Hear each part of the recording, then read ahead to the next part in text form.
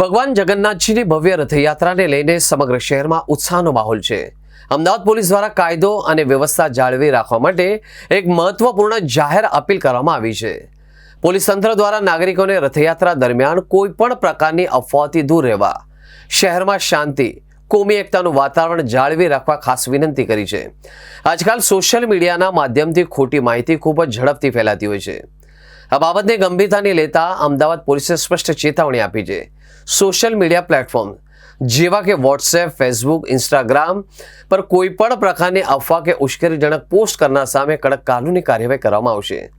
Fake news અથવા સમાજમાં વૈમનસ્ય ફેલાવતા મેસેજ ફોરવર્ડ કરનાર વિરુદ્ધ કાયદાકીય પગલાં લેવાશે। તમારી એક ખોટી પોસ્ટ કે ફોરવર્ડ કરેલો મેસેજ શહેરની શાંતિ ડહોળી શકે છે। જવાબદાર નાગરિકો બને, સત્યતા ચકાસ્યા વગર કશું પણ શેર ન કરો।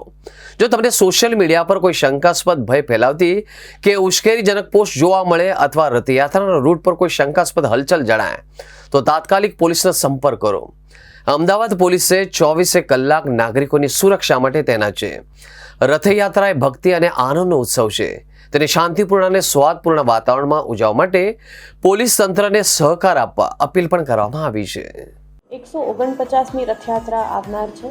એમાં અમદાવાદ પોલીસ તરફથી Ahmedabad cyber crime branch social મીડિયાના તમામ પ્લેટફોર્મ પર વોચ રાખી રહી છે। અમારી 3 ટીમ છે, ઘણા બધા પોલીસના માણસો એમાં મોનિટરિંગ માટે રાત દિવસ 24 કલાકમાં તૈનાત છે। તમામ સોશિયલ મીડિયાના પ્લેટફોર્મ પર કોઈ પણ ઉશ્કેરણીજનક પોસ્ટ કે ધર્મને કે કોઈને લાગણી દુભાય, ધર્માતી લાગણી દુભાતી હોય એવા કોઈ પણ પોસ્ટ, કમેન્ટ પર અમારી સતત વોચ છે। આવા પોસ્ટ બધાને અપીલ છે કે આવા પોસ્ટ કરવા નહીં, અને જો કરવામાં આવશે તો આમાં કડકથી કડક કાર્યવાહી કરવામાં આવશે। આવા પોસ્ટ કરવું, કમેન્ટ કરવું કે આવા ગ્રુપ સાથે જોડાવું કે અફવા ફેલાવવું એક અપરાધ છે, અને આમાં સોશિયલ મીડિયા અને અમદાવાદ સાયબર ક્રાઇમ બ્રાન્ચ તરફથી મોનિટરિંગ સાથે સાથે કાર્યવાહી કરવામાં આવનાર છે।